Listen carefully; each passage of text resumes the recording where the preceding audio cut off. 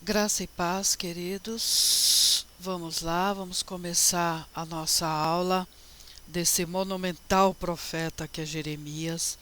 É um livro extremamente complexo, mas nós vamos talvez até abordar algumas coisas um pouquinho mais detalhadas. É um livro que eu precisaria, para falar o mínimo do que eu gostaria, de umas 2 ou 3 aulas. Mas o tempo não permite, mas mesmo assim eu vou dar algumas informações para vocês também culturais e analisar o livro um pouquinho mais, de uma forma um pouquinho mais profunda. Aqui, queridos, eu coloquei uma. Deixa eu voltar. Eu coloquei para vocês uma imagem, olha ela aqui de novo, de uma inscrição, tá, do rei Salmanasar III, onde ele descreve a vitória sobre Acabe, rei de Israel. Eu coloquei isso porque eu vou dar depois para vocês um texto sobre o que a gente chama de ostracon, e eu vou ensinar o que é isso para vocês.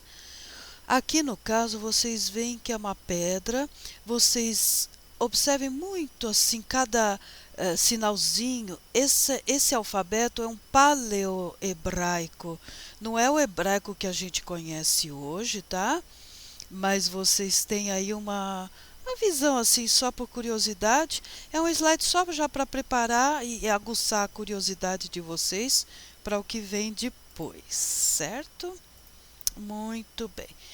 Bom, o profeta Jeremias, vocês sabem, vocês conhecem, com certeza já leram a história deles, né? E então essa imagem vocês sabem que ele fala do oleiro, né? Então é só para ilustrar o início da aula. E agora vamos lá para a nossa introdução, né? Hoje eu estou apressada, hein, gente? Vamos voltar. Muito bem. Aqui. Introdução. O autor, né? Ele é identificado como filho de Hilquias e vivia em uma cidade chamada Anatoto, que é muito perto de Jerusalém. Como eles gostam de dizer, é uma caminhada de menos de um dia, né? E Anatot, se vocês lerem lá em Josué, é uma das 48 cidades dadas aos levitas, tá? É uma cidade levita, tá? Ele escreveu, registrou suas profecias, mas ele teve a ajuda do Baruch, que em hebraico é Baruch. Baruch quer dizer santo, né? Quer dizer também o nome na sua etimologia, né? E ele trabalhou, Baruch, com Jeremias e muitas vezes foi seu escriba, e os estudiosos acreditam que até mesmo ele tenha visto o Jeremias profetizar e tenha ele próprio registrado, né, aquilo que o Jeremias estava falando e profetizando, e registrado para formar o livro que a gente tem hoje, tá? E vocês sabem que tem outro nome aqui, no caso amanuense, tá? É aquele que ajuda o profeta a escrever, tá? O livro é atribuído a Jeremias pelo profeta Daniel, olha a própria Bíblia autenticando a própria Bíblia, né? E também por Esdras, além de ser pela própria tradição judaica. Então não há grandes problemas não, viu? Mesmo porque Jeremias é um autor que ele fez grandes, longas sessões autobiográficas, né? Mesmo sendo muitas vezes o que a gente chama de ação simbólica. O que é ação simbólica? O profeta faz alguma coisa para mostrar com a sua ação, com a sua atitude, né, a, a uma mensagem de Deus para o povo, tá? Então nós vamos ver isso lá mais na frente, tá? Ele profetizou durante os últimos 40 anos de Judá, tá? Olha lá, de 627 a 587. Em 586 é o grande exílio, né, da Babilônia. Lembra que eu falei para vocês na aula anterior, que eu dei aquela parte histórica até um pouquinho mais estendida, para vocês saberem que teve 3 levas, né? Então, ele passou, ele ele testemunhou essas 3 levas. Agora não se tem certeza absoluta se ele chegou aí para o exílio em 586 ou não. Enfim, você tem algumas hipóteses aí dele ter ido para o Egito e tal, mas nada você tem muita certeza, tá? A situação internacional ela estava se complicando. Olha aí, bem no ano de 626, logo no iniciozinho, Jeremias era muito jovem, né? O próprio texto diz que ele até se recusa pela idade dele, né? Então você já tem o Nabopolassar estabelecendo-se como rei da Babilônia, né? E ele e o filho dele, o famoso Nabucodonosor, né, elevaram a Babilônia ao nível de grande potência. Tudo isso foi explicado na aula passada. Né? É muito importante vocês reverem, tá? E anotarem todo aquele processinho histórico, né? Porque lembra que eu falei no fim da aula que a gente já estava preparando para os próximos profetas, inclusive para profeta Daniel e Ezequiel, né? Então vamos lá, queridos. A mensagem de Jeremias. Eu vou falar aqui, antes de falar mensagem, não no sentido de temas, mas de tipos textuais, né? Os tipos aqui no caso de oráculos, tá? Então vocês têm as mensagens deles em 4 categorias de oráculos: os chamados oráculos de acusação, oráculos de julgamento, oráculos de instrução e oráculos de consequência. Tá? Vocês têm mais desenvolvido isso no livro do Andrew Hill e Walton, chamado Panorama do Antigo Testamento.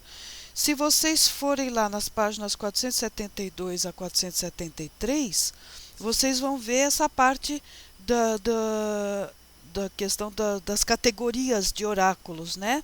E aí nós vamos passar isso para vocês de uma forma resumida. Então, o primeiro tipo de oráculo aqui que eu citei é o de acusação. Então, eles estão presentes, na sua grande maioria, nos capítulos de 5 a 9. E a acusação mais importante é que o povo rejeitava Deus e adorava ídolos. É a idolatria de novo, né? Essa idolatria, queridos, ela é vista como uma violação muito forte e muito séria da aliança, né? E a injustiça e o uso inadequado do templo e dos sacrifícios também são citados como desvios graves dessa aliança, tá? Então, os oráculos aí são chamados de acusação. Está acusando, está mostrando onde está o erro, tá? Aí mostrou o erro, qual vai ser o julgamento divino? O que eles vão fazer? É o que mais tem. Esses oráculos estão dirigidos a toda a nação e não apenas a uma parcela, algum tipo de grupo da sociedade. Não é só para os povo, ou só para a elite, ou só para os sacerdotes, não, tá? E você, depois, se quiser aprofundar, há uma conformidade, há um paralelo entre esses oráculos e as maldições, né, descritas em Deuteronômio 28, de 15 a 68, porque vocês têm lá aquela série de maldições, né, e maldições na realidade são julgamentos, né? Então vocês podem, nos estudos aí futuros de vocês, procurarem fazer uma leitura pensando nisso e fazendo um paralelo. O outro tipo de oráculos são os oráculos de instrução. Queridos, olha que coisa interessante aqui. Você não tem muita instrução, ou seja, faça assim, faça aquilo, como no Pentateuco, que você tem aquela série de leis que eu já expliquei para vocês, um passant, que se chama códigos legais. O que é um código legal? É um conjunto de leis. Nós não temos o nosso Código Civil? Então é um conjunto de leis. E você tem tudo isso escrito e deve ser lido anualmente. Aqui não. Aqui ele tem poucas instruções. E depois nós vamos ver o porquê, vamos relacionar isso com a nova aliança, porque se pressupõe que o povo já conheça a lei. E essa nova aliança, que vamos ver, ela deve ser inscrita no coração e não na pedra, e não nos textos, tá? O povo deveria retornar ao Senhor, mudar de conduta, né? E também é dado instruções sobre a supremacia de Deus e sobre o sábado, ok? Então vocês só entenderão isso de uma forma melhor vocês indo ao texto, tá? E vendo essas referências. Apenas como ilustração, vamos lá no 3:12, que eu gostaria de falar de uma... O Senhor me disse... 3:12. Vá e proclame esta mensagem para os lados do norte. Volte, ó infiel Israel, declara o Senhor, mas não franzirei a testa cheio de ira contra você, pois eu sou fiel, declara o Senhor. Este volte, essa expressão volte, é o retorno, é o tornar, né? É o teshuvá em hebraico.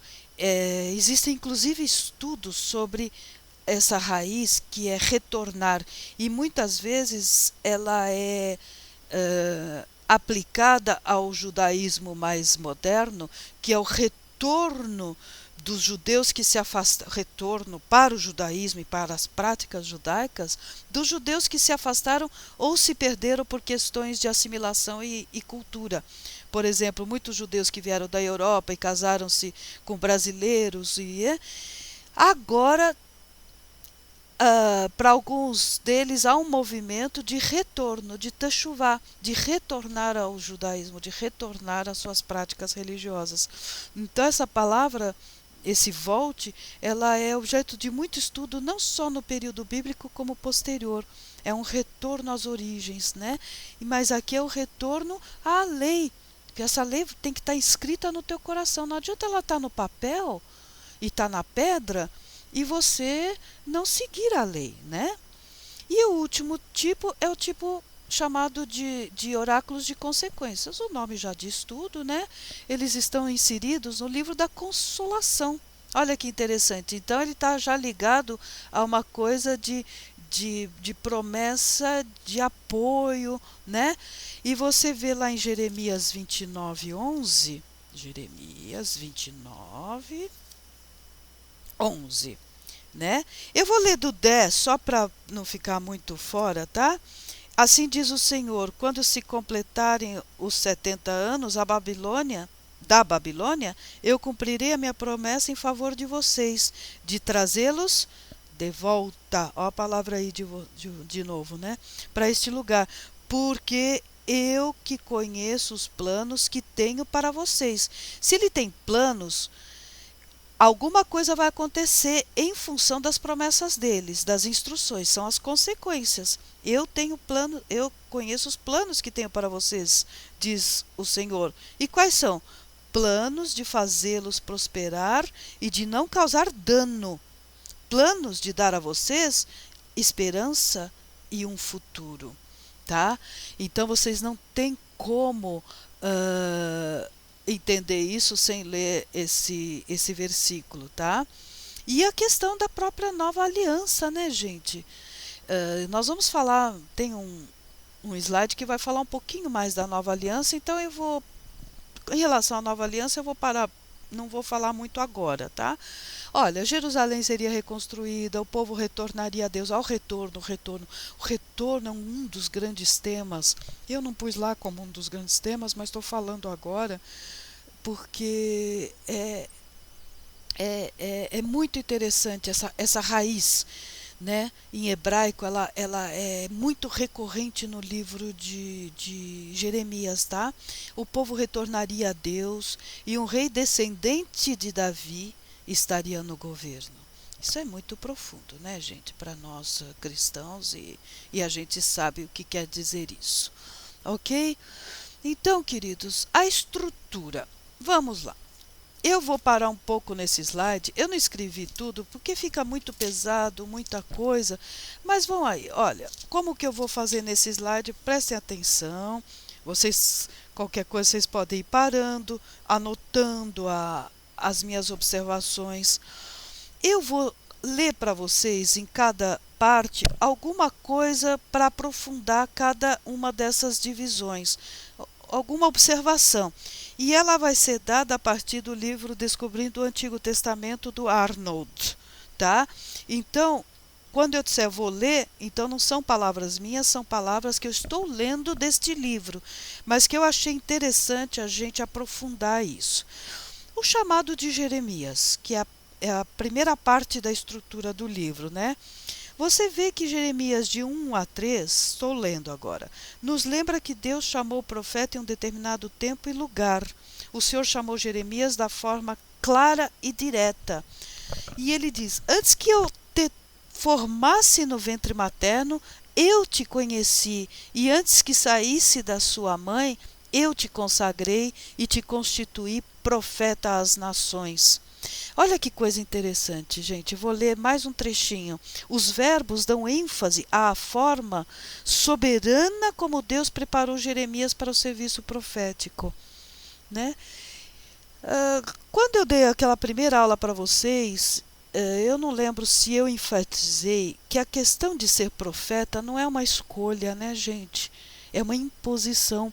O profeta, quando ele é chamado, ele não tem como fugir, ele não tem escolha, não é uma opção, entendeu? E isso fica muito claro quando Deus diz, te constituir, né, antes de saíres da sua mãe, eu já te consagrei, né? Então isso é muito forte e uma das grandes características do ser profeta, tá? Vou continuar mais um pedacinho da leitura, né?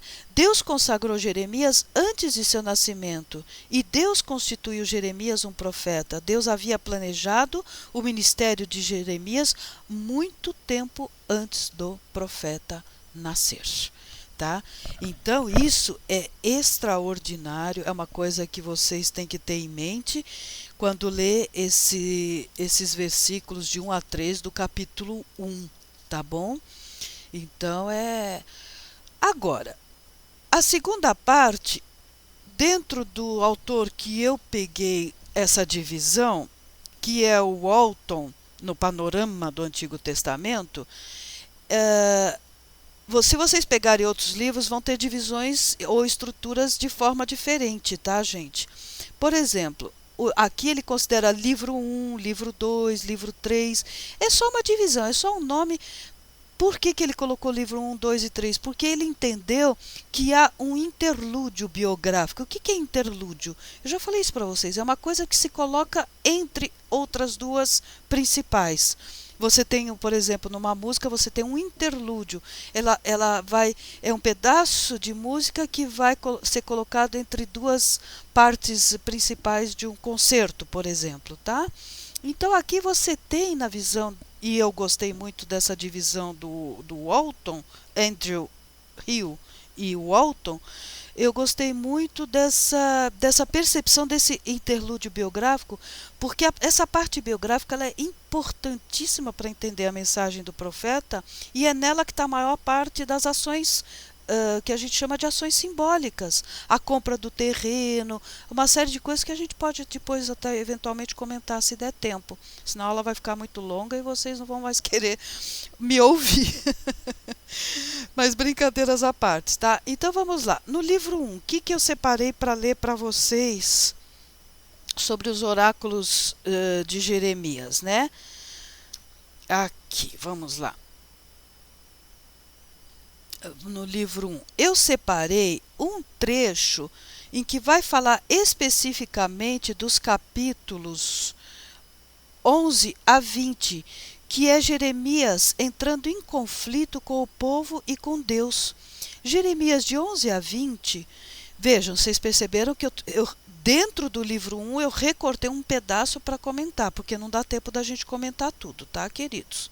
Então vamos, é um recorte, é uma opção, para poder vocês, depois as outras partes vocês aprofundam. Então vou ler, queridos. Jeremias 11 a 20 contém o que muitos intérpretes chamam de Confissões de Jeremias. Entenderam agora porque eu escolhi, né? Muitas das orações pessoais e queixas do profeta para Deus estão nestes capítulos, 11, 18 a 20, 12 de 1 a 6, 15 de 10 a 21, 17 de 14 a 18, 18 de 18 a 23 e 20 de 7 a 18. Tá? Jeremias muitas vezes lutava com o povo que não queria ouvir suas palavras e por isso ele era escarnecido e perseguido. Mas algumas vezes Jeremias também entrava em conflito com Deus. Será que o Senhor não via sua dor? Por que Jeremias tinha que sofrer tanto para alcançar tão poucos resultados positivos? Então, queridos, eu escolhi esse pedaço de 11 a 20 porque ele destaca muito dos conflitos que Jeremias tinha enquanto ele procurava entender qual era o seu lugar, qual era a sua posição e qual era a sua missão dentro dos propósitos de Deus, tá? Então é uma coisa bastante forte, né?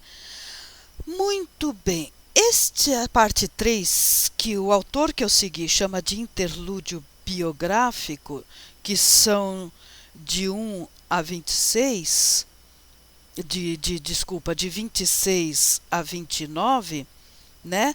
Vocês têm muitos elementos importantes quanto como eu posso dizer, quanto a questões pessoais, tá? De Jeremias. Você tem lá, por exemplo, em 24, de 1 até 25, 38, Jeremias descreve a ira de Deus, né? E essa época é 605, quando Nabucodonosor tornou-se rei da Babilônia, tá? Depois, em 29, antes de entrar no capítulo 30, Jeremias já escreve para os exilados. Depois, pouco depois do exílio, não se esqueçam que teve 3 levas de exílios, né? Agora vocês entendem o que eu estou falando, né? Pouco depois do exílio, Jeremias mandou uma carta para os judeus na Babilônia. Falsos profetas, que é um dos grandes temas e grandes dramas de Jeremias, né?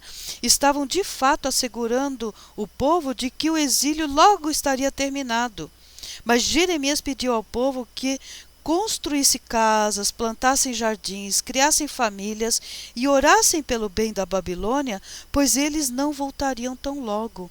Ele reafirmou o prazo que Deus havia lhe revelado, 70 anos de exílio. Então, se eles iam ficar 70 anos, tinham que se preparar para isso, tá certo, gente? Então, isso é o que eu destaco desse interlúdio biográfico, que seria a terceira parte do livro, da estrutura do livro de Jeremias. Vamos lá para o chamado, segundo esse autor, de livro 2. É o livro da consolação.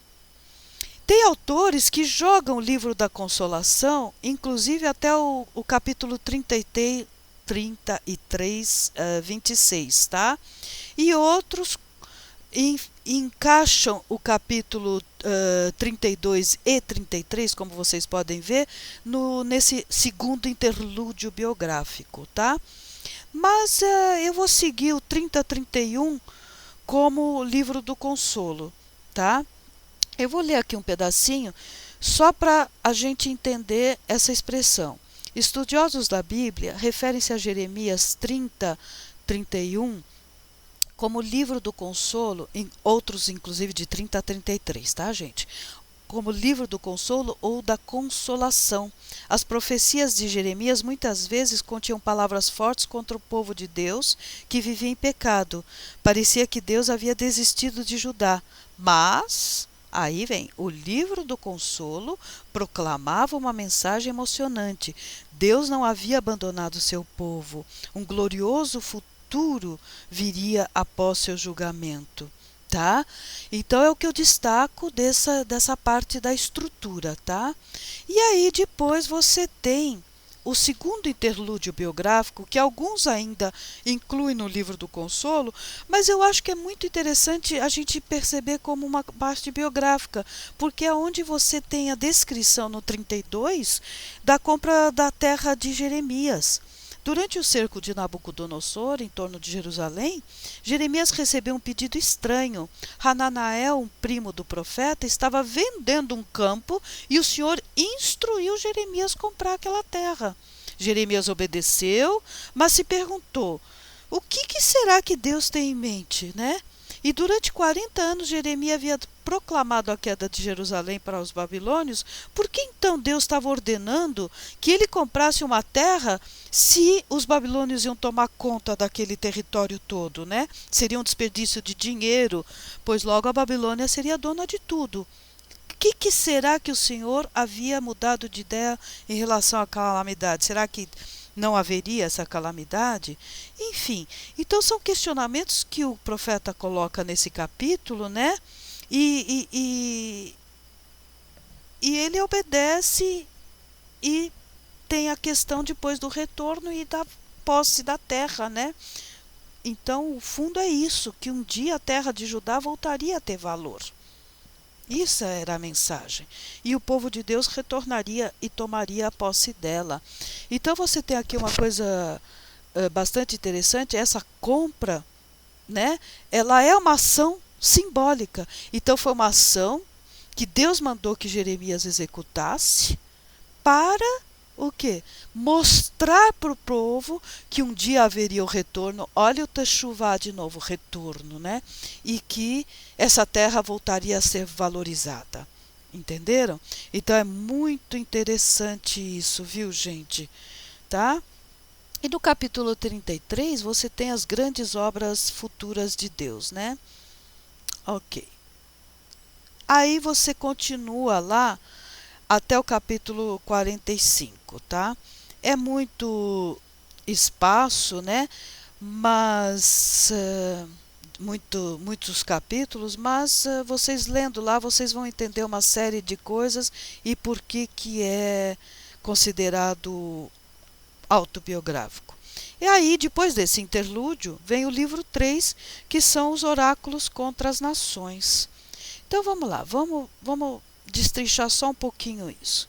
Profecias contra as nações, capítulos 46, né, até o 51. Aqui os dois autores que eu segui para fazer essa aula para vocês concordam nessa parte, tá? Aí não tem muito também o que discutir, né, gente, que é claro e límpido. Como muitos outros profetas, Jeremias falou de profecias contra outras nações, né? O poder de Deus não se limitava às fronteiras de Judá. Ele controlava todas as nações e também iria julgá-las pelo seu pecado. Aí vem contra o Egito, contra a Filisteia, contra Moabe, contra Amon, Edom, Damasco, chama Kedar e Razor, Elão e, por último, geralmente num discurso, o que a gente deixa por último é o que é mais importante. Porque quando você fala o mais importante no primeiro lugar e depois fala um monte de coisa, a audiência esquece aquilo que é o mais importante. Então, Babilônia são os capítulos 50 e 51, né? Que é o mais importante, tá? É uma nação do norte, desculpa, iria arruinar por completo esse reino rebelde, o reino de Judá, né? Deus advertiu seu povo para que fugisse da Babilônia. Dias terríveis estavam por vir e a cidade seria saqueada, tá? Enfim, Jeremias descreve o Senhor como sendo o Santo de Israel. Olha de novo essa expressão, Santo de Israel, que a gente já discutiu, e o Senhor dos exércitos, tá? Enfim, queridos, essa parte é uma parte muito profunda, muito complexa, né? E vocês têm que ler e procurar ver o que é interessante, queridos. Por exemplo, assim, é só para vocês verem o que eu gostaria que vocês fizessem no estudo particular de vocês, não para mim, não para esta aula, para este módulo, mas, por exemplo, vocês vão lá ler profecia contra Moabe. Então vamos lá, quem são os Moabes, né? Eram descendentes de Ló, sobrinhos de Abraão. Você pode achar isso em Gênesis 19, 36, 37. Eles viviam a leste do Mar Morto. O orgulho era o cerne dos problemas de Moabe, tá certo? E aí vocês vão entendendo o porquê de cada oráculo contra essa nação, né? Aí você vê que a lista detalhada que Jeremias fez das cidades de Moabe dá a entender que o julgamento seria muito extenso. Então procurar sempre não repetir como um papagaio palavras que vocês não sabem, lugares ou histórias que vocês não conhecem. Vejam, não precisa ser historiador, não é? Nós não somos historiadores, nós somos teólogos. Mas não se faz teologia no vazio. Deus, ele suscitou um povo num tempo, num lugar, dentro de um idioma, dentro de uma cultura. E se nós não entendemos essa parte, queridos, nosso discurso também vai ser vazio, né? Então, ao contrário do que, graças a Deus isso está mudando, havia um movimento aí no meio dos evangélicos de que esses estudos acadêmicos eles são perversos ou eles vão tirar a fé.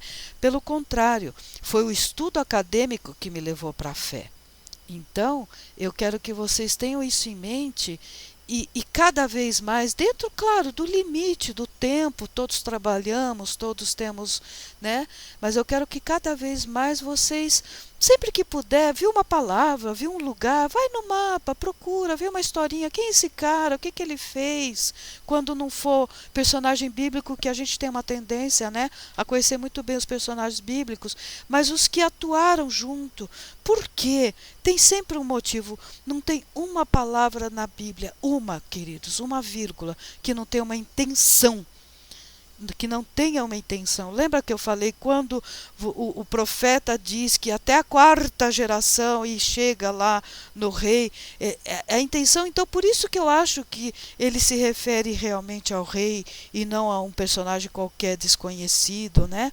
Então isso é muito importante. Mas vamos lá, senão ela fica muito longa, né, amores? A última parte da estrutura, o autor chamou de um apêndice. Apêndice é uma coisa que vem depois, que tem relação, mas não é a continuação necessária do texto. Assim, é mais ou menos o que eu fiz agora. Eu fiz um apêndice histórico para vocês entenderem o que é Moabe, mas não estava no texto. Não fala que são descendentes de Ló, não fala isso no texto de Jeremias, né? Mas é um apêndice histórico, é uma parte que você põe de lado para dar alguma noção necessária. E aqui é tão importante que ele colocou a queda de Jerusalém, né, encerrando o livro, né, com uma recapitulação dos horrores da queda de Jerusalém. O capítulo é um paralelo bem próximo de Jeremias 39, mas dá muito mais detalhes sobre o resultado da destruição de Jerusalém. Apesar disso, o livro se encerra em um tom de esperança, tá? Enfim, queridos, esse capítulo 52 vocês podem ler à parte e podem estudar, né? E eu vou dar um dos textos que eu vou dar para vocês para a aula de hoje, é sobre os últimos dias de Jerusalém, tá? Que vai estar dentro daquela série de textos que eu estou dando da Bíblia de Estudo Arqueológico, né? Ele vai estar na página 1197 dessa Bíblia de Estudos Arqueológicos, e é uma leitura para vocês fazerem e é um apoio a esse capítulo 52, certo? Nunca demoramos tantos, né, queridos, num slide, mas ao invés de escrever tudo isso, que ia ficar enorme, né, eu resolvi falar. Quando eu também estudei com slides ou aulas EAD, queridos, eu parava a gravação, eu anotava.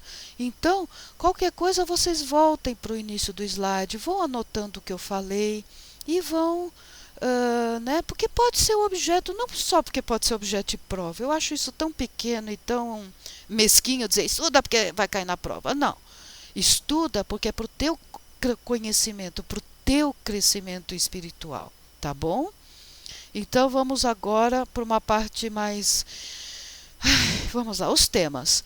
Queridos, aqui eu não vou desenvolver tanto, porque eu acho que talvez vocês saibam até melhor do que eu, né? A questão do arrependimento, do julgamento, da restauração, são questões tão recorrentes em todos os profetas, né? E que se a lei mosaica é uma só, se a palavra de Deus é uma só, né, todos esses elementos, arrependimento, julgamento, restauração, eles estão dentro da mesmo esboço, né, teológico que a gente viu em outros profetas, tá? A nova aliança, né, ela vai ser realizada por iniciativa de Deus, como sempre, né? O ponto central será a observância da lei. Observância. O grande ponto aqui da nova aliança não é a mudança dos estatutos e das leis, mas é a mudança da atitude. Agora, não adianta esses estatutos e estarem escritas na pedra, no rolo, como a gente fala, o rolo da Torá, né, gente? Mas ela tem que estar o quê? Na mente, escrita na mente e nos corações, né? E o fato de Deus ser o Deus do povo e o povo ser o povo de Deus, né? É mais um motivo. Por isso que Jeremias não desenvolve tanto oráculos de instruções. Não, isso tem que estar já dentro do teu coração e já pautar todas as áreas da tua vida, tá? Então, esses são os temas e tudo que a gente falou aqui eu acho que bateu. A gente falou da questão do julgamento, da questão da restauração no livro do Consolo, falamos, né, dos oráculos contra as nações. Então, todos esses temas, de certa forma, já foram falados. Olha que coisa interessante, gente. Isso é uma figura que vocês vão ver que a arqueologia ajudando nos estudos da Bíblia. Não se preocupem com esse Napusar-Sequim, tá? Mas olha, século VI antes de Cristo, da época de Jeremias, foi achado esta pedra em escrita. Olha, queridos, o tipo da escrita eu não tenho certeza absoluta, tá me parecendo cuneiforme, né? Cuneiforme é feita com a cunha, que é um objeto cortante, tá? Em um pedaço de argila, tá? Mas o que é interessante, que o documento, argila não, pedra, desculpa, o documento confirma como Jeremias foi meticuloso e documentado na hora de quê? De nomear os generais que entraram triunfantes em Jerusalém. E aqui também você tem um recibo do rei falando uma série de coisas desse período, né? Então você tem uma coisa confirmando a outra, né? Jeremias ele nomeia os generais, né? E o Nabu-Sarsequim faz um recibo de toda essa situação e de toda essa época, né? Então isso é muito interessante. Opa! Novidade, senta que lá vem história. Queridos, eu não tenho medo em botar novos termos. Aos poucos vocês vão aprendendo. Quando vocês enfrentarem textos acadêmicos, ostraco e ostraca. Então, ostra com N no fim, em grego, é um pedaço, gente, um pedaço. Não é um prato, é um pedaço de cerâmica, não é um pedaço bonito, polido, não, é um pedaço todo torto. Você quebra um prato, fica um pedaço, vamos supor um prato de cerâmica, aquele pedaço é um ostracon. A palavra ostracá com A no fim é plural, são vários pedaços, tá? Então vamos lá, olha aqui o nosso ostracon. Isto é argila, e lógico, a argila, quando ela seca, ela se quebra muito mais fácil. E nas escavações arqueológicas foram achadas muitas coisas nesse sentido e muitas coisas escritas. Aqui sim, vocês olhando, eu olhando e dizendo para vocês, já é um hebraico primitivo, mas é um hebraico. Não é o hebraico que vocês provavelmente, eu não sei se vão estudar nesse curso, eu não tenho certeza, mas não é o hebraico que a gente lê hoje nas Bíblias em hebraico, né? Mas já é uma escrita provando uma série de coisas. E por que eu estou falando deles, tá? Eu vou, mais para frente, eu vou dar também um texto para vocês que se chama os ostracon, ou Ostraca de Arad, tá? E o outro texto vai ser sobre a fabricação da cerâmica, tá? Então, para que vocês saibam o que é óstraco e como a cerâmica era feita, né? Eu vou dar esses textos e esse slide que passou é para saber o que significa a palavra, certo? Vamos lá, só mais algumas palavras, a aula está longa, vocês devem estar cansados, mas vocês sabem que podem dar aquela paradinha, tomar um cafezinho e voltar, né? Jeremias é o maior livro da Bíblia em número de palavras, é uma curiosidade apenas. Vamos lá. Embora vários capítulos tenham sido escritos sobretudo em prosa, incluindo seu apêndice, olha, a maioria das seções tem forma predominantemente poética. E um dos elementos dessa questão da forma poética é a repetição, usada como uma forma de se ressaltar e marcar uma ideia, enfatizar uma ideia, tá? Ele percebia a eficácia de se repetir várias vezes uma expressão. Um exemplo, só para vocês, é a expressão guerra, fome e peste. Você está num período de crise, a Babilônia está invadindo, já teve 2 deportações, já vem a terceira grande em 586. Olha, você acha essa expressão em 15 versículos, né? Então, é uma coisa que reforça muito, e quando você acaba de ler um texto que uma palavra foi repetida muitas vezes, é aquela palavra ou aquela ideia, é aquela mensagem que permanece, né, queridos? Tá? E também uma outra questão literária, assim como Ezequiel, que a gente ainda vai ver, Jeremias muitas vezes recebeu de Deus o quê? Uma ordem de empregar um simbolismo para dramatizar sua mensagem. Olha, um cinto podre e inútil, um vaso de barro quebrado, um jugo feito de cordas e madeira, pedras grandes num pavimento de tijolos. E é o que a gente falou, a compra de um terreno. São ações simbólicas, queridos, para passar alguma mensagem. Isso só para não passar em branco essa questão, tá? Quanto ao texto que eu vou dar sobre os óstracos de Arad, aonde está Arad? Aí, ó Arad aqui, tá certo? Como que vocês... aqui o que é, queridos? É o mar Morto, né? Tá vendo, olha?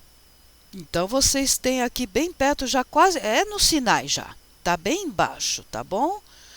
No sul, tá? De Israel. Ó, Israel aqui todo, tá? Aqui é o que a gente chama, essa parte que está aqui, não o quadrado, mas essa parte aqui com esse desenho é o que a gente chama hoje de Cisjordânia, tá? Aqui o Mar Morto e Arad aqui, entenderam? Então, essa leitura foi nesse lugar que foi achado, tá? Queridos, eu espero que vocês tenham gostado da aula e desejo profundamente que vocês, de coração, que vocês releiam e leiam Jeremias com outros olhos e estudem bastante, tá? Um grande abraço e fiquem na paz.